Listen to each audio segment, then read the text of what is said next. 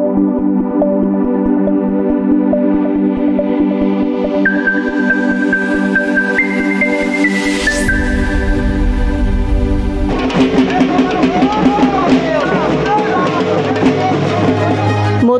লোকসভা কেন্দ্রে তৃণমূল কংগ্রেস মনোনীত প্রার্থী বাপি হালদারের সমর্থনে কুলপির রামকিশোর অঞ্চলে পাড়ায় পাড়ায় প্রচারে প্রার্থী নিজেই।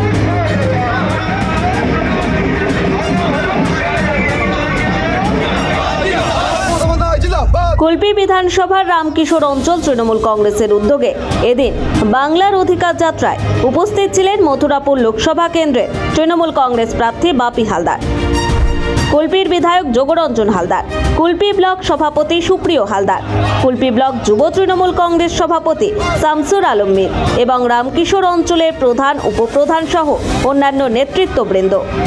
নেত্রী মমতা বন্দ্যোপাধ্যায় আছেন আর আপনাদের লক্ষ্মীর ভান্ডার আছে, দয়া করে চিন্তা করবেন না। আগামী 31শে ডিসেম্বরের মধ্যে নিশ্চিতভাবে আপনাদের যে ঘর, আপনাদের যে অধিকার, আপনাদের মাটির বাড়ি যাদের ছিল, যাদের লিস্টে নাম রয়েছে, সেই অধিকার নিশ্চিতভাবে এক ছোট ভাই হিসাবে দায়িত্ব নিয়ে গেলাম। 31শে ডিসেম্বরের মধ্যে সেই ঘর আপনারা পাবেন। এবং বার্ধক্যভাতা যাদের বাকি রয়েছে, আপনারা জানেন গতকাল আমাদের প্রিয় সাংসদ অভিষেক বন্দ্যোপাধ্যায় বলেছেন সে টাকা আপনারা দ্রুত পাবেন। দয়া করে সবাই সাথে থাকুন, নিজের অধিকারকে সামনে রেখে ভোট দিন, জোড়াফুল প্রতীকে ভোট দেবেন।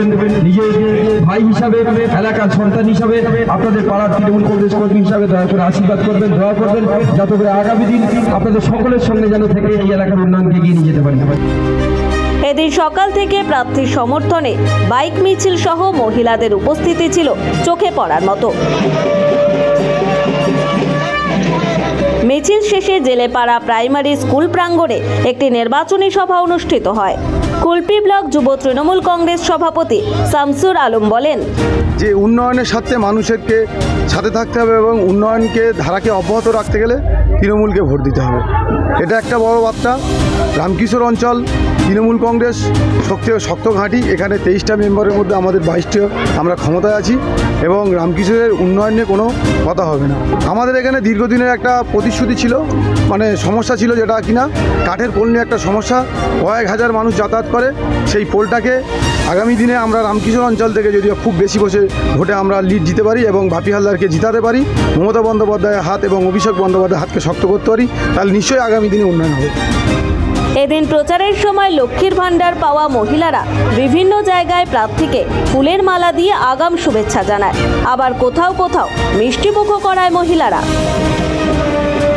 ব্যুরো রিপোর্ট, নিউজ দিগন্ত বার্তা।